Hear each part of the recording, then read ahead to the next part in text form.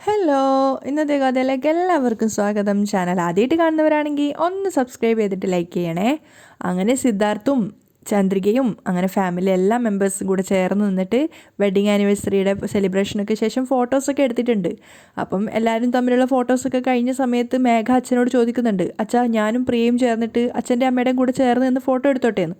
ഓ പിന്നെ അതിനെന്താ എന്ന് പറഞ്ഞിട്ട് അവർ രണ്ടുപേരും ചേർന്ന് നിന്നും സിദ്ധുവിൻ്റെ കൂടെയും അങ്ങനെ എല്ലാവരും സെപ്പറേറ്റ് ആയിട്ട് അവരുടെ കൂടെ ഫോട്ടോ എടുക്കുകയാണ്. എല്ലാവരും ഫോട്ടോ എടുത്ത ശേഷം ലക്ഷ്മി ചോദിക്കുന്നുണ്ട്, അത് ഏട്ടാ നമുക്ക് ചന്ദ്രികയുടെയും മലറിൻ്റെയും കൂടെ ഫോട്ടോ എടുക്കേണ്ടതെന്ന്. അങ്ങനെ ചന്ദ്രികയും മലറിനെയും വിളിച്ചിട്ട് അവരെ കൂടെയും ചേർന്ന് നിന്ന് ഫോട്ടോ എടുക്കുകയാണ്. പക്ഷേ അത് മേഘയ്ക്ക് വല്ലാതെ ഷോക്കായിരുന്നു. അവളിങ്ങനെ ഞെട്ടിത്തരിച്ച് നിൽക്കുകയാണ്. കാരണം പ്രിയയുടെ കൂടെ ചേർന്ന് നിന്ന് ഫോട്ടോ എടുക്കണം എന്നുള്ളത് താൻ അങ്ങോട്ട് പ്രകടിപ്പിച്ച ആഗ്രഹമാണ്. എന്നാൽ ചന്ദ്രികയുടെയും മലറിൻ്റെയും കൂടെ നിന്ന് ഫോട്ടോ എടുക്കണം എന്നുള്ളത് അച്ഛൻ്റെ അമ്മയുടെ ആഗ്രഹമാണ്. അതവളെ വല്ലാതെ ഒന്ന് ഞെട്ടിപ്പിച്ചിട്ടുണ്ടായിരുന്നു. മാത്രമല്ല മുത്തശ്ശി എരുതിയിൽ എണ്ണ ഒഴിച്ചു കൊടുക്കുകയാണ്. മുത്തശ്ശി പറയുന്നുണ്ട്, കണ്ടില്ലേ നീ മഹേന്ദ്രൻ്റെയും ലക്ഷ്മിയുടെയും കൂടെ നിന്ന് ഫോട്ടോ എടുക്കണമെന്ന് ആഗ്രഹിച്ചു, എന്നാൽ അതേസമയം അവരോ ചന്ദ്രികയ്ക്കും മലറിനും ഒപ്പം നിന്ന് ഫോട്ടോ എടുക്കാൻ ആഗ്രഹിക്കുന്നു. ഇതിൽ നിന്ന് എന്താ മനസ്സിലാവുന്നേ? ചന്ദ്രികയോടും മലറിനോടും ലക്ഷ്മിക്കും മഹേന്ദ്രനും ഒരു പ്രത്യേക സ്നേഹമുള്ളതായി തോന്നുന്നില്ലേ? അത് കേട്ട് മേഘ ഒന്നുകൂടെ ഇങ്ങനെ ഷോക്കായിട്ട് അവരെ തന്നെ നോക്കുന്ന സമയത്ത് അവരൊക്കെ ചേർന്ന് ശരിക്കും ഒരു കുടുംബം എന്നൊരു രീതിയിലാണ് നിൽക്കുന്നത്. ആരതി ഫോട്ടോ എടുത്തതൊക്കെ അവർക്ക് കാണിച്ചു കൊടുക്കുകയും ചന്ദ്രികയ്ക്കും മലരിനും ഒക്കെ അത് ഒത്തിരി സന്തോഷം. അതുപോലെ തന്നെ ലക്ഷ്മിക്കും മഹേന്ദ്രനും ഒക്കെ ആ പിക്കൊക്കെ കാണുമ്പോൾ ഒരുപാട് സന്തോഷമാവുന്നുണ്ട്. അതൊക്കെ മേഘയെ വല്ലാതെ വേദനിപ്പിക്കുന്നുണ്ടായിരുന്നു. വേദനിപ്പിക്കുന്നു എന്നതിനേക്കാളിലേറെ ടെൻഷൻ അടുപ്പിക്കുന്നുണ്ടായിരുന്നു. കാരണം താൻ മകളല്ല എന്നുള്ള സത്യം അവർ അറിയോ, മനസ്സിലാക്കുമോ, തനിക്ക് സ്വത്ത് കിട്ടില്ലേ എന്നൊക്കെയുള്ളൊരു ടെൻഷൻ. അതുപോലെ തന്നെ മുത്തശ്ശി പറയുന്നുണ്ട്, ഇതിൽ നിന്നൊക്കെ എന്താ മനസ്സിലാവുന്നത്? ഈ സ്നേഹം വേറെ രീതിയിലാവുന്നതിന് മുമ്പ് നീ മുളയിലേ നുള്ളണം. ഞാൻ അത്രയേ പറയുന്നുള്ളൂ. അവർ കൊച്ചുമകൾക്ക് മുന്നറിയിപ്പ് കൊടുക്കുകയാണ്. മേഘയ്ക്കാണെങ്കിൽ ചന്ദ്രികയും മഹേന്ദ്രനും ലക്ഷ്മിയും ചേർന്ന് നിൽക്കുന്നത് കാണുമ്പോൾ തന്നെ ദേഷ്യം കയറുകയാണ്. കുറച്ചു നേരത്തിന് ശേഷം പിന്നെ പാർട്ടിയുടെ ആ ഒരു വൈബൊക്കെ കഴിഞ്ഞതിന് ശേഷം മഹേന്ദ്രനും ലക്ഷ്മി ഇരുന്നിട്ട് സോഫയിൽ ഇരുന്ന് സംസാരിക്കുകയാണ്. കുറച്ച് ദൂരത്തോട്ടായിട്ട് മാറിയിട്ട് മുത്തശ്ശിക്കൊപ്പം സംസാരിച്ചുകൊണ്ട് മേഘയും നിൽക്കുന്നുണ്ട്. ആ സമയത്ത് മുത്തശ്ശി അങ്ങോട്ടേക്ക് നോക്കുന്ന സമയത്ത് അവർ രണ്ടുപേരും നല്ല സന്തോഷത്തോടെയാണ് സംസാരിക്കുന്നത്, മഹേന്ദ്രനും ലക്ഷ്മിയും. അതുകൊണ്ട് തന്നെ അവർ മേഘയോട് പറയുന്നുണ്ട്, മേഘ അങ്ങോട്ട് നോക്ക്, മഹേന്ദ്രനും ലക്ഷ്മിയും നല്ല സന്തോഷമുള്ള മൂഡിലാ. ഇതാണ് ശരിയായ സമയം. ഇപ്പം ചെന്ന് കമ്പനി സ്റ്റാർട്ട് ചെയ്യാൻ വേണ്ടിയുള്ള പണം ചോദിക്ക് പോ. മേഘ അനുസരണയോടെ മഹേന്ദ്രൻ്റെ ലക്ഷ്മിയുടെ അടുത്തേക്ക് പോകുന്നുണ്ട്. എന്നിട്ട് അവൾ സന്തോഷത്തോടെ വിളിക്കുകയാണ്, അച്ഛാ പറയൂ മേഘ, എല്ലാ ആനിവേഴ്സറിക്കും ഞാൻ എന്തു ചോദിച്ചാലും നിങ്ങൾ സന്തോഷത്തോടെ തരാറില്ലേ? അതുപോലെ ഞാൻ ഈ വർഷവും ചോദിക്കും, അച്ഛൻ ഉറപ്പായിട്ടും തരണം. അത് കേട്ടതും ലക്ഷ്മിയുടെയും മഹേന്ദ്രൻ്റെയും മുഖം ചെറുതായിട്ടൊന്ന് വാടുന്നുണ്ടായിരുന്നു. മുത്തശ്ശിയാണെങ്കിൽ ആകാംക്ഷയോടെ കാത്തു നിൽക്കുകയാണ് എന്തായിരിക്കും മറുപടി എന്നറിയാൻ വേണ്ടിയിട്ട്. അപ്പോൾ മേഘ പറയുന്നുണ്ട്, ഞാൻ പുതിയതായിട്ടൊന്നും ചോദിക്കുന്നില്ല, ഓൾറെഡി നിങ്ങളോട് ചോദിച്ച കാര്യം തന്നെയാണ്. അപ്പോൾ മഹേന്ദ്രനും ലക്ഷ്മിയും പരസ്പരം മുഖത്തോട് മുഖം നോക്കുകയാണ്. ഫാഷൻ ഡിസൈനിങ് കമ്പനി സ്റ്റാർട്ട് ചെയ്യാൻ പോകുന്നു എന്ന് പറഞ്ഞില്ലേ, അതിനുള്ള സ്ഥലമൊക്കെ നോക്കി. കമ്പനിയുടെ പേരൊക്കെ ഞാൻ രജിസ്റ്റർ ചെയ്ത് കഴിഞ്ഞു. ഏകദേശം 1 കോടി രൂപയോളം ഇപ്പോൾ തന്നാലേ ആദ്യഘട്ടം പരിപാടികളൊക്കെ തുടങ്ങാൻ പറ്റൂ. അത് കേട്ടതും മഹേന്ദ്രൻ്റെ ലക്ഷ്മിയുടെ മുഖം ആകെ ഡള്ളായിട്ടുണ്ടായിരുന്നു. അവർ പരസ്പരം മുഖത്തോട് മുഖം നോക്കിയതിന് ശേഷം മഹേന്ദ്രൻ വീണ്ടും ചോദിക്കുകയാണ്, മേഘ നീ എന്തിനാ മോളെ ഇത്രയധികം ധൃതി കാണിക്കുന്നത്? നിനക്ക് ഉടൻ തന്നെ ഈ ബിസിനസ് സ്റ്റാർട്ട് ചെയ്യണമെന്നുണ്ടോ? ഇപ്പം അതിൻ്റെ ആവശ്യം എന്താ? അപ്പോഴേക്കും മേഘയുടെ മുഖം പാടിയിട്ടുണ്ടായിരുന്നു. അവൾ ലക്ഷ്മിയോട് ചോദിക്കുന്നുണ്ട്, എന്താ അമ്മേ അച്ഛൻ ഇങ്ങനെയൊക്കെ പറയുന്നത്? ഞാൻ ഇൻഡിപെൻഡൻ്റ് ആവാൻ വേണ്ടിയിട്ടല്ലേ സ്വന്തമായിട്ട് ബിസിനസ് ചെയ്യണമെന്ന് കരുതുന്നത്. പക്ഷേ ലക്ഷ്മിയുടെ മുഖം അപ്പോഴും വാടിയിട്ടാണുള്ളത്. അപ്പോൾ മേഘ പറയുന്നുണ്ട്, എന്നിട്ടും അച്ഛൻ എന്താ അത് മനസ്സിലാക്കാത്തത്? അപ്പം ലക്ഷ്മിയും പറയുന്നുണ്ട്, നീ കുറച്ചധികം തിടുക്കം കാണിക്കുവാണോ എന്ന് അച്ഛൻ ആലോചിക്കുകയാണ് മേഘ. അപ്പോഴേക്കും മുത്തശ്ശി ദേഷ്യത്തോടെ അങ്ങോട്ടേക്ക് പോയിട്ടുണ്ടായിരുന്നു. അപ്പം മേഘ വീണ്ടും പറയാണ്, ഏയ് അങ്ങനെയൊന്നും അല്ലമ്മേ, പ്ലീസ് എനിക്ക് നാളെ 1 കോടി രൂപ കിട്ടുന്ന രീതിയിൽ ഏർപ്പാട് ചെയ്യാൻ നോക്കമ്മേ. അപ്പോഴേക്കും മുത്തശ്ശിയും സോപ്പിടാൻ വേണ്ടി പറയാണ്, മഹേന്ദ്ര നിങ്ങളുടെ വെഡ്ഡിങ് ആനിവേഴ്സറി ആയിട്ട് മേഘ ചോദിക്കുന്നത് ഇല്ലയെന്ന് പറയരുത്. എല്ലാ വർഷവും ഇവൾ ചോദിക്കുന്നതെല്ലാം നിങ്ങൾ വാങ്ങിക്കൊടുക്കാറുണ്ട്. അതുപോലെ തന്നെ ഇവൾ ചോദിക്കുന്നതെല്ലാം കൊടുക്ക്. നിങ്ങൾ സമ്പാദിച്ചു കൂട്ടിയിരിക്കുന്ന സ്വത്തെല്ലാം ഇവൾക്കുള്ളതല്ലേ. മുത്തശ്ശിയുടെ ആ ഒരു സംസാരം കൂടി കേട്ട സമയത്ത് മഹേന്ദ്രൻ്റെ ലക്ഷ്മിയുടെ മുഖം ഒന്നുകൂടെ ഡെസ്പാവുകയാണ്. അപ്പം മുത്തശ്ശി വീണ്ടും പറയുന്നുണ്ട്, മേഘയ്ക്ക് കൊടുക്കുന്നതിന് ഇത്രയധികം ആലോചിക്കേണ്ട കാര്യമുണ്ടോ? തിരിച്ചൊന്നും പറയാൻ സാധിക്കാത്തൊരവസ്ഥയിലാണ് ലക്ഷ്മിയും മഹേന്ദ്രനും ഉണ്ടായിരുന്നത്. പെട്ടെന്ന് തന്നെ ലക്ഷ്മി പുഞ്ചിരിച്ചുകൊണ്ട് പറയാണ്, അമ്മായി ഈ കാര്യം നമുക്ക് പിന്നീട് സംസാരിക്കാം. അത് കേട്ടതും മുത്തശ്ശിയുടെ മേഘയുടെ മുഖം വാടുകയാണ്. അപ്പം ലക്ഷ്മി വേഗം തന്നെ പറയുന്നുണ്ട്, മേഘ ഭക്ഷണമൊക്കെ റെഡി ആയിട്ടുണ്ട്, എല്ലാവരോടും കഴിക്കാൻ പോവാൻ പറയ്. നീയും വേറെന്തെങ്കിലും ജോലി നോക്ക്. മേഘയ്ക്ക് ഒട്ടും താല്പര്യമില്ലെങ്കിലും അമ്മയെ അനുസരിക്കുന്നു എന്ന രീതിയിൽ അവൾ വേഗം അവിടുന്ന് പോവുകയാണ്.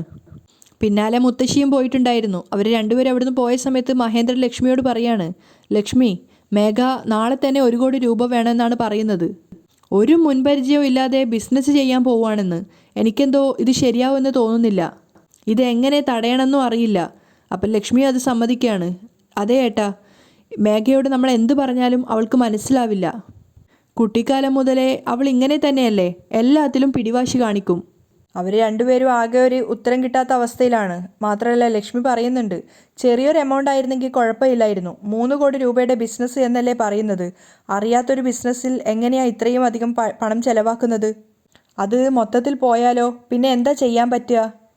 അതാ എനിക്കും പേടിയാവുന്നതേട്ടാ. അപ്പോൾ മഹേന്ദ്രൻ കുറച്ചു നേരത്തെ ചിന്തയ്ക്ക് ശേഷം പറയുന്നുണ്ട്, ഇനിയും നമ്മളൊന്നും പറയാതിരിക്കുന്നതിൽ അർത്ഥമില്ല ലക്ഷ്മി. എല്ലാ സത്യങ്ങളും തുറന്നു പറയണം. ലക്ഷ്മി ചോദിക്കുകയാണ്, എന്ത് സത്യം? മേഘ നമ്മുടെ മകളെന്ന സത്യം. അവളോട് പറഞ്ഞേ തീരൂ. അത് കേട്ടതും ലക്ഷ്മി ശരിക്കും ഞെട്ടിത്തരിച്ച് നിൽക്കുകയാണ്. അവർ അതിശയത്തോടെ ചോദിക്കുന്നുണ്ട്, എന്താ ഏട്ടാ ഈ പറയുന്നേ? അതേ ലക്ഷ്മി, അവളോട് സത്യം പറഞ്ഞാലേ അവൾ ഇനിയും ഇതുപോലെ പണം എന്നോട് ചോദിക്കുന്നത് നിർത്തുള്ളൂ. ആദ്യം മേഘയ്ക്ക് അവൾ ആരാണെന്ന് മനസ്സിലാക്കി കൊടുക്കണം. അതിനുശേഷമേ അവൾ ഒരു കാര്യം ചെയ്യണോ വേണ്ടയോ എന്ന് ആലോചിക്കുള്ളൂ. ചെറിയമ്മ പോലും ഈ സ്വത്ത് നിനക്കാണെന്ന് പറഞ്ഞ് അവളെ തെറ്റിദ്ധരിപ്പിച്ചിരിക്കുകയാണ്. അതുകൊണ്ട് അവൾ നമ്മുടെ അവകാശിയല്ലെന്ന് വ്യക്തമായി പറഞ്ഞു കൊടുക്കണം.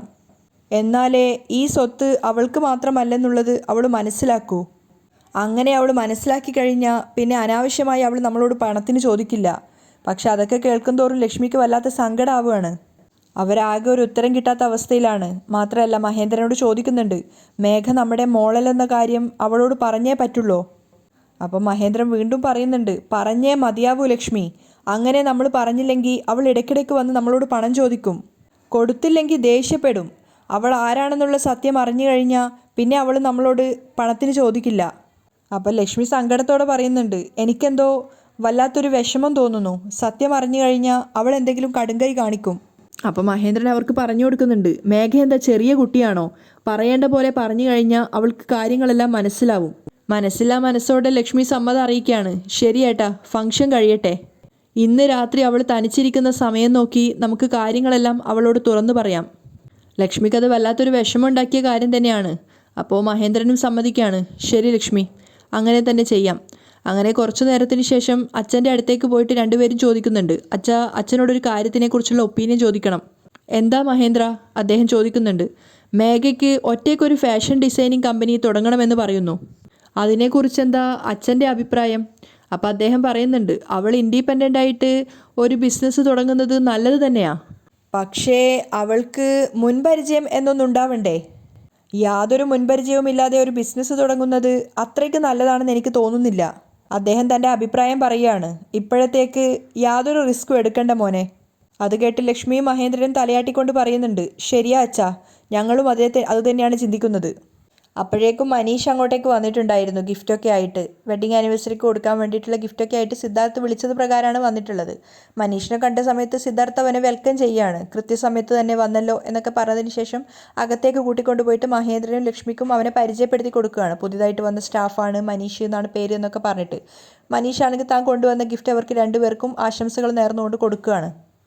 സിദ്ധാർത്ഥിനും മനീഷിനും കൂടെ സംസാരിക്കാൻ അവസരം കൊടുത്തിട്ട് അച്ഛനെയും ഭാര്യയും കൂട്ടിക്കൊണ്ട് മഹേന്ദ്രൻ അവിടുന്ന് അങ്ങോട്ടേക്ക് പോവുകയാണ്.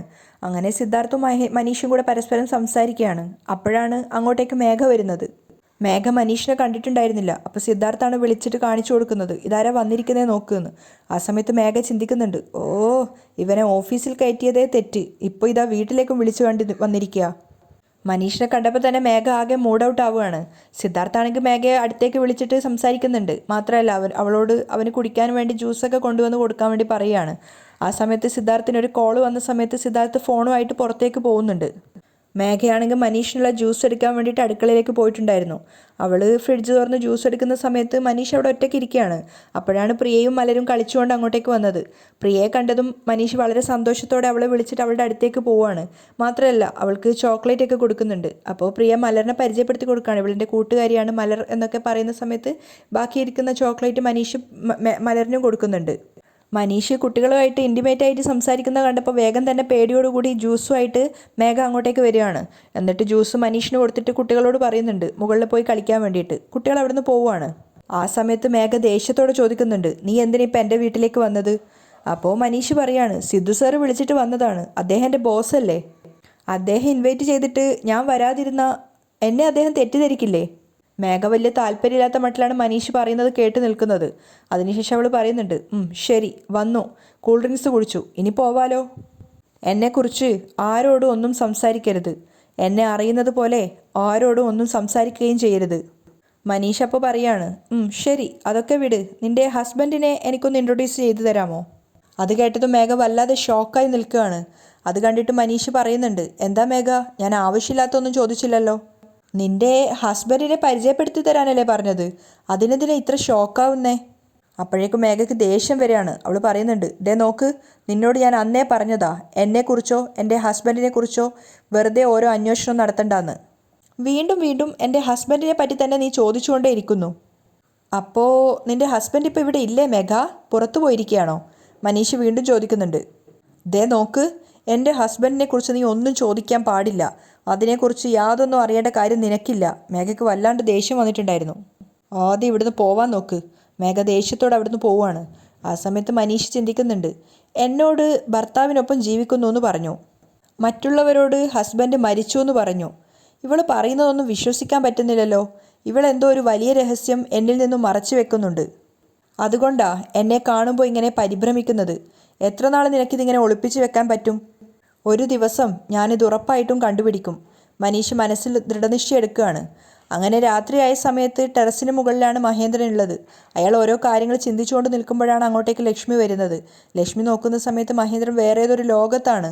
അവർ ഏട്ടാന്ന് വിളിക്കുന്ന സമയത്ത് മഹേന്ദ്രൻ പെട്ടെന്ന് ഞെട്ടിയിട്ട് തിരിഞ്ഞു നോക്കുന്നുണ്ട്. എന്താ ഏട്ടാ ഒറ്റയ്ക്ക് ഇവിടെ നിൽക്കുന്നത്? ഒന്നുമില്ല ലക്ഷ്മി, നമ്മുടെ കഴിഞ്ഞ കാലത്തെക്കുറിച്ച് ഞാൻ ആലോചിക്കുകയായിരുന്നു. അത് കേട്ട് പുഞ്ചിരിച്ചുകൊണ്ട് ലക്ഷ്മിയും പറയുന്നുണ്ട്, നമ്മുടെ കല്യാണം ഇന്നലെ കഴിഞ്ഞതുപോലെ തോന്നുവാ, പക്ഷേ 27 വർഷം പോയതേ അറിഞ്ഞില്ല. എന്നാൽ ഇത്ര വർഷം ഏട്ടൻ്റെ സ്നേഹം മാത്രം കുറഞ്ഞതേയില്ല. അന്ന് മുതൽ ഇന്ന് വരെയും ഏട്ടൻ എന്നെ സന്തോഷത്തോടെയാണ് നോക്കുന്നത്, അഭിമാനത്തോടു കൂടിയാണ് അവർ പറയുന്നത്. എനിക്ക് കിട്ടിയ ഈ ജീവിതം ലോകത്ത് മറ്റാർക്കും കിട്ടിക്കാണില്ല. ഒരു നല്ല പങ്കാളിയെ കിട്ടണമെങ്കിൽ ഒരു പെണ്ണ് അവൾ മുജ്ജന്മത്തിൽ ഒരുപാട് പുണ്യം ചെയ്തിരിക്കണം. ഞാൻ ഒരുപാട് പുണ്യം ചെയ്തിട്ടുണ്ട് ഏട്ടാ. അവർ സന്തോഷത്തോടെയും അഭിമാനത്തോടെയും നാണത്തോടെയൊക്കെയാണ് സംസാരിക്കുന്നത്. പക്ഷെ അപ്പോഴൊന്നും മഹേന്ദ്രൻ്റെ മുഖത്ത് ഒരു സന്തോഷവും ഒന്നും ഉണ്ടായിരുന്നില്ല. കുറച്ചു നേരത്തിന് ശേഷം അദ്ദേഹത്തിൻ്റെ മുഖം ശ്രദ്ധിച്ചുകൊണ്ട് ലക്ഷ്മി ചോദിക്കുന്നുണ്ട്, ഏട്ടാ എന്താ ആലോചിക്കുന്നേ? രാവിലെ നിന്നോട് പറഞ്ഞ കാര്യത്തെക്കുറിച്ചാണ് ഞാൻ ചിന്തിക്കുന്നത്. അപ്പോൾ ലക്ഷ്മി പേടിയോടെ ചോദിക്കുകയാണ്, മേഘയുടെ കാര്യമാണോ? അതേ ലക്ഷ്മി, മേഘയോട് സ്വന്തം മകളല്ലെന്ന കാര്യം ഇപ്പം തന്നെ പറഞ്ഞേക്കാം. അത് കേട്ടതും ലക്ഷ്മിയുടെ മുഖം ആകെ സങ്കടം കൊണ്ട് നിറയാണ്. അപ്പോൾ മഹേന്ദ്രൻ പറയുന്നുണ്ട്, അതേ ലക്ഷ്മി, എന്നായാലും ആ സത്യം പറഞ്ഞല്ലേ തീരൂ, അത് ഇന്ന് തന്നെ പറയാം. അപ്പോൾ ലക്ഷ്മി സങ്കടത്തോടെ പറയാണ്, വേണ്ട ഏട്ടാ, അത് ആലോചിക്കുമ്പോൾ എൻ്റെ മനസ്സ് വല്ലാതെ സങ്കടം കൊണ്ട് നിറയുന്നു. ഇത്രയും നാൾ നമ്മളെ അച്ഛനും അമ്മയെന്ന് അവൾ വിചാരിച്ചിരുന്നത്, നമ്മളാ ലോകമെന്ന് കരുതി നമ്മളോടൊപ്പം ഉണ്ടായിരുന്നവളല്ലേ. ഇപ്പോൾ പോയി അവളോട് നീ ഞങ്ങളുടെ മകളല്ലെന്ന് പറഞ്ഞാൽ അവളുടെ മനസ്സ് തകർന്നു പോവില്ലേ? ആ തകർച്ച അവൾ എങ്ങനെ താങ്ങുമെന്നറിയില്ല. ലക്ഷ്മി കരയുന്നുണ്ടായിരുന്നു. അത് വിചാരിച്ചാ എൻ്റെ മനസ്സാകെ വിഷമിക്കുന്നത്. അപ്പം മഹേന്ദ്രൻ പറയുന്നുണ്ട്, എനിക്കും നല്ല വിഷമമുണ്ട് ലക്ഷ്മി. പക്ഷേ എന്നാലും അവളോട് സത്യം പറഞ്ഞല്ലേ മതിയാവൂ, അത് നമ്മുടെ കടമയാ. നാളെ ഈ കാര്യം പുറത്തുനിന്ന് എവിടുന്നെങ്കിലും അറിഞ്ഞിട്ട് അവൾ നമ്മളോട് ചോദിക്കുകയാണെങ്കിൽ അതിനു മുമ്പ് അത് നമ്മൾ തന്നെ പറയുന്നതല്ലേ നല്ലത്. നമ്മൾ മേഘയെ ഈ വീട്ടിൽ നിന്നോ ഈ കുടുംബത്തിൽ നിന്നോ പുറത്താക്കാൻ പോകുന്നില്ല. ഇപ്പോൾ അവൾക്ക് എന്ത് അവകാശമുണ്ടോ ആ അവകാശം തന്നെയല്ലേ വീണ്ടും കൊടുക്കാൻ പോകുന്നത്. അതിലൊരു മാറ്റവും ഇല്ല. പിന്നെ അവൾ നമ്മുടെ മകളല്ലെന്ന കാര്യം മാത്രമാണ് അവളോട് നമ്മൾ പറയാൻ പോകുന്നത്. അപ്പോൾ കരഞ്ഞുകൊണ്ട് ലക്ഷ്മി വീണ്ടും പറയാണ്, ഏട്ടൻ എത്ര നിസ്സാരമായിട്ടാണ് പറഞ്ഞത്, എനിക്കെന്തോ ശരിയല്ലെന്ന് തോന്നുന്നു. അപ്പോഴേക്കും ചന്ദ്രിക അങ്ങോട്ടേക്ക് വന്നിട്ടുണ്ടായിരുന്നു. ടെറസിൽ അവർ രണ്ടുപേരും നിൽക്കുന്നത് കണ്ടപ്പോൾ ചന്ദ്രിക പുഞ്ചിരിച്ചുകൊണ്ട് അങ്ങോട്ടേക്ക് പോവുകയാണ്. എന്നിട്ട് മഹേന്ദ്രനോട് ചോദിക്കുന്നുണ്ട്, സർ കുടിക്കാൻ എന്തെങ്കിലും എടുക്കട്ടെ? ഏയ് ഒന്നും വേണ്ട, നീ പോയിട്ട് മേഘയോടൊന്നിങ്ങോട്ട് വരാൻ പറയൂ. ആ ശരി സർ. ചന്ദ്രിക അവിടുന്ന് പോവുകയാണ്. ചന്ദ്രിക അവിടുന്ന് തിരിഞ്ഞു പോകുന്നത് തന്നെ നോക്കി നിൽക്കുകയാണ് മഹേന്ദ്രനും ലക്ഷ്മിയും. എന്നിട്ട് ലക്ഷ്മി മഹേന്ദ്രനോട് ചോദിക്കുന്നുണ്ട്, ഏട്ടാ ചന്ദ്രികയാണ് നമ്മുടെ മോളെന്ന കാര്യം ചന്ദ്രികയോട് എപ്പോഴാണ് പറയുന്നത്? സമയം വരുമ്പോൾ ഉറപ്പായും പറയാം. ഭഗവാൻ അതിനൊരു അവസരം നമുക്ക് ഉറപ്പായിട്ടും ഉണ്ടാക്കി തരും. മഹേന്ദ്രൻ ലക്ഷ്മിയെ ആശ്വസിപ്പിക്കുകയാണ്. അവിടെയാണ് ഇന്നത്തെ എപ്പിസോഡ് വൈൻഡപ്പ് ചെയ്യുന്നത്.